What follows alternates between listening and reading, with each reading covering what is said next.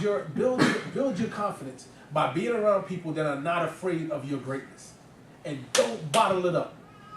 Every time you feel like you're bottling it up, and you know, that's not the way, man. Speak up, be bold, say, and whenever you see somebody that has that, you start getting around that person. You know, because that person's gonna start feeding the energy into you, and start pushing you to the forward and say, listen, Stan, you can be the man. You can be the man. And not be arrogant. Don't be arrogant, but have confidence. There's a difference, right? Yeah. So I would definitely encourage you. The people that are afraid of your greatness, that's them. That's my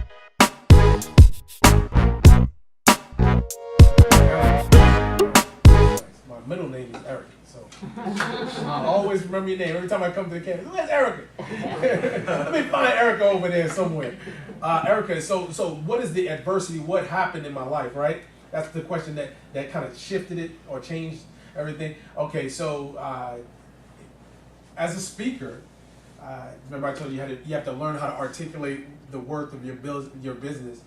When I got that check, my first check was really good, y'all. It was really good. No, it was really good. It was really good. So I got my first check, man. I'm like, wow, look at this. Got my first check. Oh, let me just go ahead and tell you, it was my first check. So it was a while back, so I can tell you. It was $1,500 for 2 hours. Remember, you're not paying for me to come for 2 hours though. You're paying for my experience. You're paying for what's coming out of my mouth. Okay? You're paying for what you're going to get, the people are going to get that's in the room. $1,500. 2 hours. I got that check in the mail, and I said, oh my gosh, every single red cent of it was accounted for. That's when it got real. Every single red cent of $1,500 was accounted. Do you understand what I'm trying to say? Every single cent of that money it had to go to bills. It had to go, I had to pay. It was already accounted for. I had to pay for everything. So it was already, I said, oh my gosh.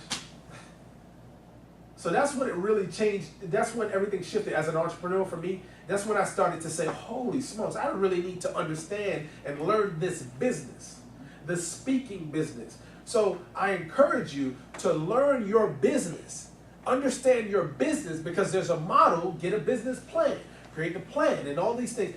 You got to understand your business and have the people around you connect to people that are already doing it and they're very successful at it. Connect to those people and sit at their feet. Serve them for free. Volunteer. And when you come to these people and you're around these people, have 10 questions. That's one of the best advice that somebody ever told me. A couple years ago, they said, you better have 10 questions. When you come around an excellent person, someone that's really successful, have 10 questions written down already. Be prepared, because their time is money. And their money is time. Does that make sense? Yeah. So I'm telling you, every $1,500, 2 hours, and then I turned around and said, holy smokes, everything is, I gotta pay this bill, I gotta pay that bill. That's when everything just shifted and said, wait a minute, I can't keep speaking for free every time. I need to learn, I need to understand the business. All right? Yeah. Any other questions? I guess just what would you leave us with?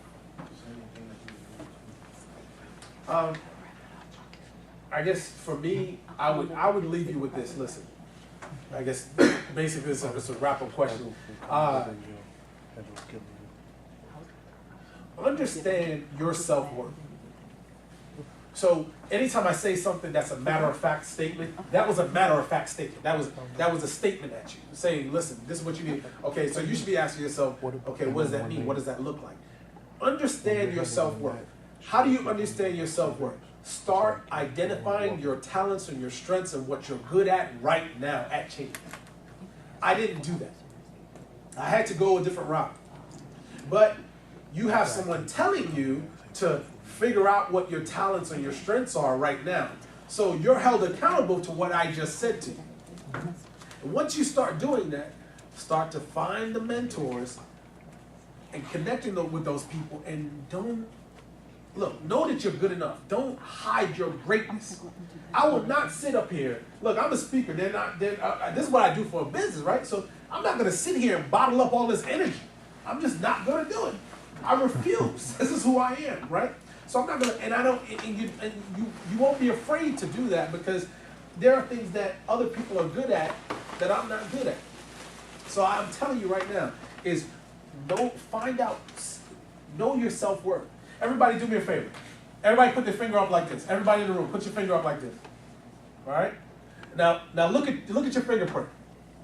Everybody looking at their fingerprint? There is nobody in the world that has your fingerprint. Nobody before you, nobody presently, and nobody after you has your fingerprint. That means not only are you unique, you are here to solve a problem. Once you figure out what God blessed you with, and I'm not here to push my faith on you, listen to me carefully. Whatever you're blessed with, whatever your gift is, that fingerprint, you don't have to compete with someone else. Thank you. My uncle says, to be the best, you got to beat the best, and it don't get no better than this right here. What does that mean, Pierre? Well, I have to do better than last semester. If I got 2 B's and a C last semester, I need to get 2 B's and an A this semester. So I want to leave y'all with this. I'm from Cheyney. I'm sorry, y'all have to understand, I am from here. And I speak at George Mason University. I speak at Northern Virginia Community College. Last week I was telling them. I spoke at Prince George's Community College. The next day I spoke at Northern Virginia Community College. George Mason University is booking me to speak. All these colleges. And I look at you and I'm like, y'all have no clue where y'all could be in 2 or 3 years from now. I didn't know I was going to be a campus director. Know your self-worth. And whoever is afraid of that around you, just dismiss yourself from them. And don't worry about competing with anybody, because remember what I said about the fingerprint.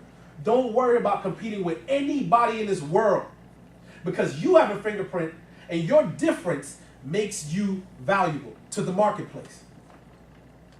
Remember what I just said. Your difference makes you valuable. Everything different about you makes you more valuable to the marketplace.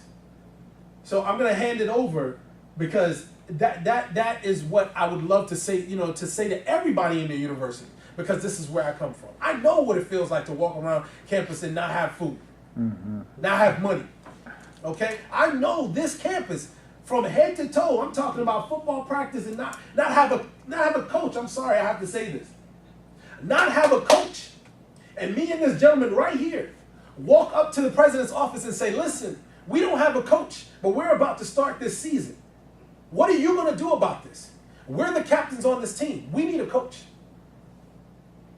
So you have people like this that comes from this university, and you're seeing it, and you're held accountable. You need to tell everybody that you're connected to throughout this university, they need to be at things like this.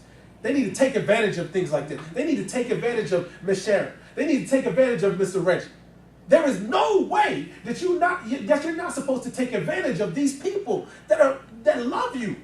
Man, Miss Shields loved me. Miss West, Mr. T, these people love me. I had a professor, what is her name? She was marketing, Miss Dr. Johnson. Call the dorm. Who calls what dorm at Notre Dame? You kidding me? Cheyney University? Where is this kid? So I had to say that, because you need to take this message and translate it to everybody else that's out there and do something.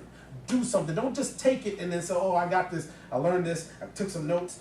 What are you going to do today or tomorrow now that you have this valuable information? What are you going to do? All right? Love you, man. I love all of y'all. Seriously. I love all of y'all, because I come from you. I come from you.